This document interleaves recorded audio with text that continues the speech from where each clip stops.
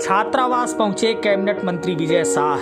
मध्य प्रदेश सरकार के कैबिनेट मंत्री विजय शाह खंडवा के उत्कृष्ट स्कूल के छात्रावास पहुंचे, जहां पर निरीक्षण करते हुए उन्होंने छात्राओं के कमरे की स्थिति देखी और आक्रोश जाहिर किया है, जिस पर उन्होंने छात्रावास अधीक्षक सहित अफसरों को सुधार करने के निर्देश दिए हैं और कहा है कि अगर सुधार नहीं हुआ तो संबंधित सस्पेंड किए जाएंगे।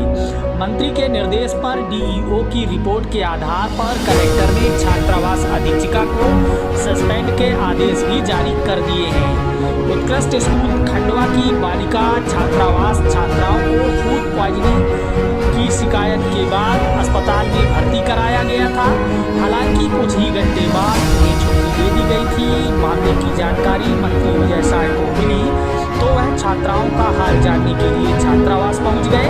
छात्रावास अधीक्षक से उन्होंने मामले की जानकारी ली तो पता चला कि 50 सीटर छात्रावास में 83 छात्राओं का एडमिशन हुआ है। इस वजह से यहाँ पर दो छात्राओं को एक बेड पर एडजस्ट करना पड़ता है।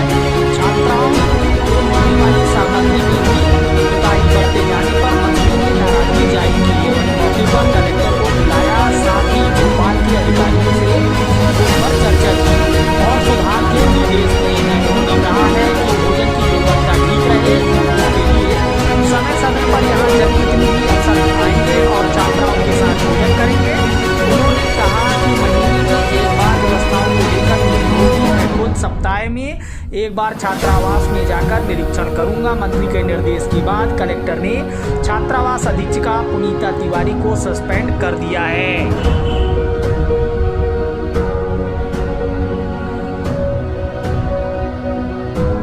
उत्कृष्ट बालिका जो छात्रावास की कुछ बच्चियां थीं जो तकरीबन 2 रोज़ पहले उनको बीमार पड़ी थी, उसी शाम ऑल्दो सभी बच्चियां स्वस्थ हो गई थी, तो मंत्री जी आज उसी क्रम में उस छात्रावास का मंत्री जी द्वारा निरीक्षण किया गया था।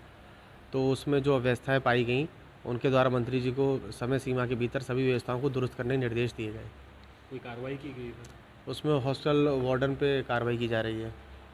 किस तरह की सर अनियमितता मिली थी और नहीं, अनियमितता तो नहीं कह सकते। उनके द्वारा ये बताया गया कि डिमांड की गई है और इस डिमांड के अभाव में जो पलंग पर्याप्त संख्या में नहीं है और जो व्यवस्था होनी चाहिए वो बजट के अभाव बताकर उन व्यवस्थाओं का ना होना बताया गया है।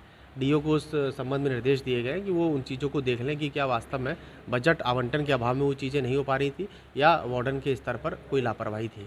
अभी जानकारियाँ मिली थी कि कुछ खाने में ख़राब खाना हो गया या फूड पॉइजनिंग टाइप का कुछ हुआ और उससे कुछ हमारी बहनें अस्पताल तक जाना पड़ा। उसकी जानकारी जैसी मुझे आज आपके माध्यम से मिली कि मैं मध्य प्रदेश शासन के जवाबदार मंत्री के नाते उन बच्चियों को साथ जाकर के जिला प्रशासन के हमारे तमाम वरिष्ठ अधिकारी के साथ उनको हिम्मत बनाएं, डरने की बात नहीं है। खाने में और सुरक्षा में जो सुधार हो सकता है उसकी पूरी कोशिश हम अभी करेंगे। मीटिंग ली है, भोपाल के वरिष्ठ अधिकारियों से बात करिए। जो जानकारी मिली कि यहाँ पर पलंगों की कमी है और जिसके कारण कई बच्चों को एक पलंग पर सोना दो बच्चों को सोना पड़ता है।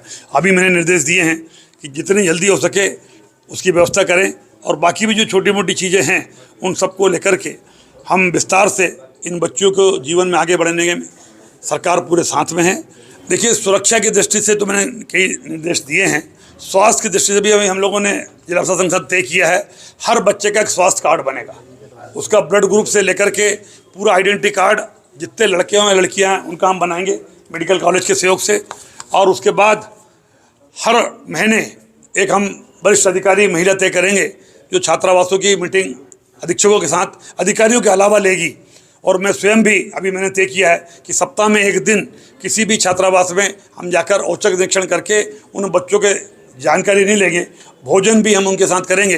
भोजन करना तो एक बहाना है, एक्चुअली उनकी समस्या से रूबरू होकर के कोई तकलीफ ना हो भविष्य में, इसकी चिंता करते हुए आज ही मैंने निर्णय लिया है कि अगले महीने से एक छात्रावास में हर माह जाकर के हम उनके बच्चों के साथ भोजन करें। देखिए, 50 सीटर छात्रावास है और यहाँ पर जो कमियाँ आ रही हैं कि यहाँ पर 83 सीटर बच्चियाँ यहाँ पर रख ली हैं। शासन से अनुमति मिली थी लेकिन सामग्री क्रय का पैसा भी आ गया है, सामग्री वो लोग क्रय नहीं कर पाए हैं। प्रिंसिपल को ही सामग्री क्रय करना हो तो आपको जानकर के आश्चर्य होगा कि हम लोगों ने एक वरिष्ठ अधिकारी जो जिले का था पहले वही खरीदता था और वही सामान वितरण करता था। अब उत्कृष्ट छात्रावासों में हमने प्रिंसिपल को पैसा भी दिया है, प्रिंसिपल को अधिकार भी दिए हैं कि जेम या एलयूएन से वो अपने ज़रूरत का सामान अधिकारी की तरफ मुँह न देखे, वो खरीद सकते।